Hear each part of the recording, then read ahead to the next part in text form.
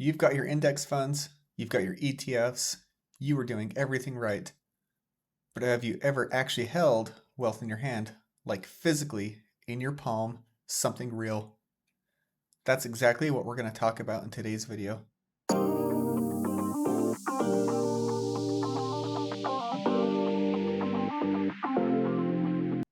Hey everybody, welcome back to the channel. Please subscribe if you like this content and want to see more videos like it. So let's get into it. If you're a 3-fund portfolio person, you know total market, international funds, bonds, I respect it. That's a rock solid foundation, but today I want to talk about something that complements that setup beautifully. It costs less than a nice dinner and has been considered real money for 4,000 years. And that is silver, so let's get into it. Let's start with a thing I don't typically hear about silver, and that is how easy it is to get started. 1 ounce of silver right now is around $80. That's it. That's your entry point. No brokerage account, no minimums, no waiting for settlement, and no ticker symbol to look up. You walk into your local coin shop, you hand over cash or card, and you walk out with something in your pocket, and done, you're now in. Or you order online from a reputable dealer, it ships to your door in a little padded envelope, and suddenly you're holding a real asset that has outlasted every paper currency ever printed.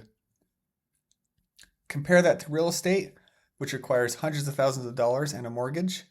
Compare it to starting a business. Compare it even to gold, which has a much higher barrier of entry.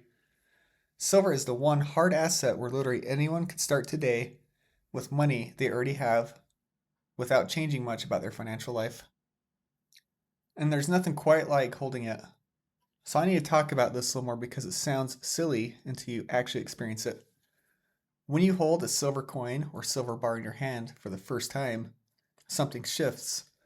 It's heavy in a way you don't expect, and it's real in a way that number on a fidelity screen simply does not feel real. Your ETF is just a legal claim on a basket of companies, processed through a custodian, held at a clearinghouse, and dependent on the system functioning correctly. And that's all fine, it works great, but it is abstract. However, silver in your hand is not abstract. It's the thing itself. There's no counterparty, no login required, no one can freeze it, inflate it, or accidentally delete it. It's been recognized as a valuable asset by every human civilization in history. There's a psychological dimension to owning physical silver that you don't get from paper assets.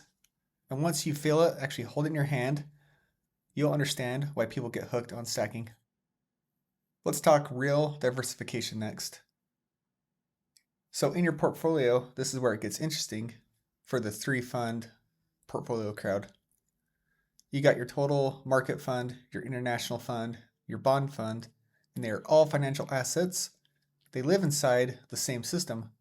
And when that system gets stressed, inflation spikes, currency loses value, or a real crisis hits, they tend to get stressed together.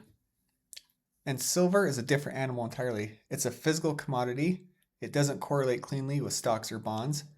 It doesn't care what the Fed says about interest rates in the same way your bond fund does. It has its own supply and demand dynamics, its own global market, and its own reasons to move up or down.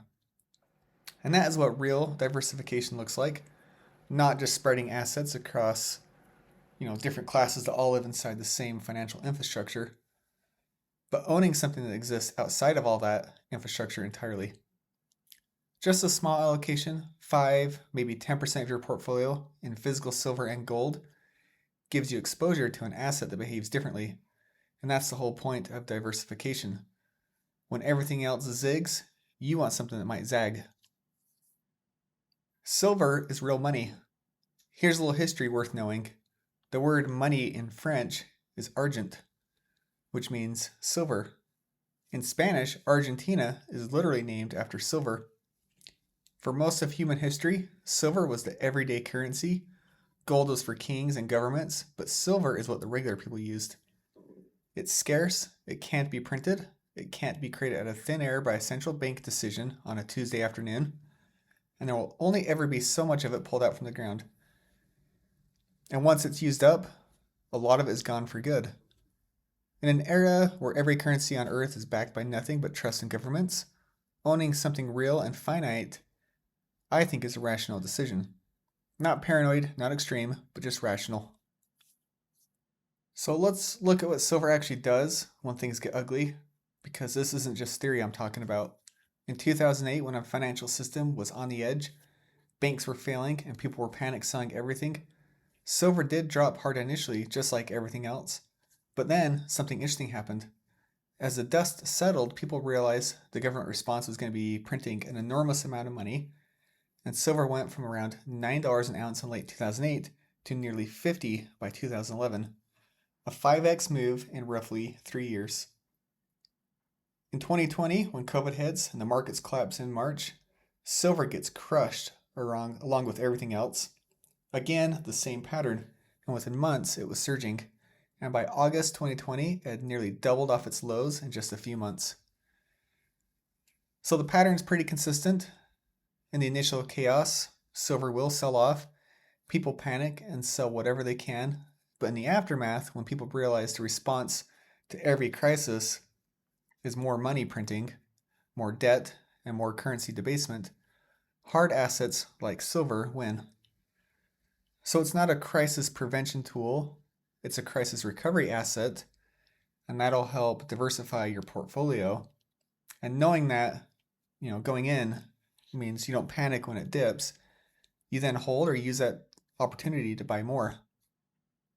All right, if you made it this far in the video and you're actually convinced, what should you actually do? And how should you go about buying some silver? So option 1, go to your local coin shop. This is a good recommendation, I think, for your first purchase. You walk in, tell them you're new, and you want to start with a few ounces of silver. Every good coin shop owner has had this conversation 1,000 times. They'll show you bars, coins, rounds. You can hold them, compare them, ask questions. You pay, you walk out. You help a local business instead of some big online company. Great way to start.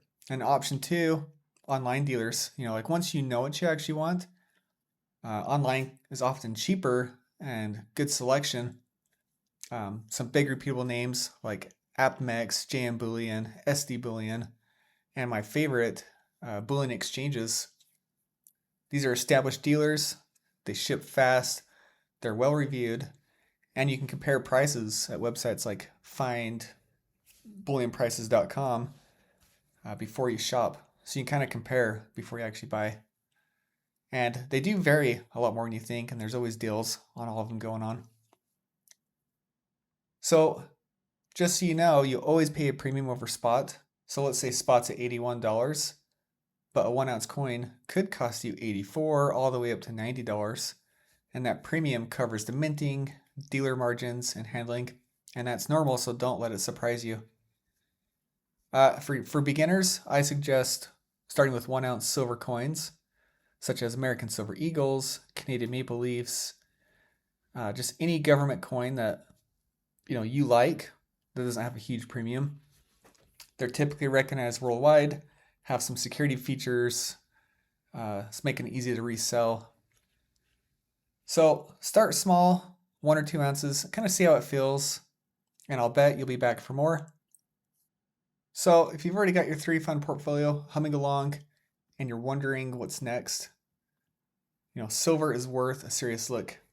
$80 an ounce, walk into a coin shop, hold one, and see how it feels. And I think you'll get it immediately once you hold it in your hand. As always, this is not financial advice. Do your own research, talk to an advisor. You know the drill, but if this video got you thinking, drop a comment. And if you're already stacking, or this is brand new to you, let me know. Like and subscribe if you want more content like this, and I will see you in the next one.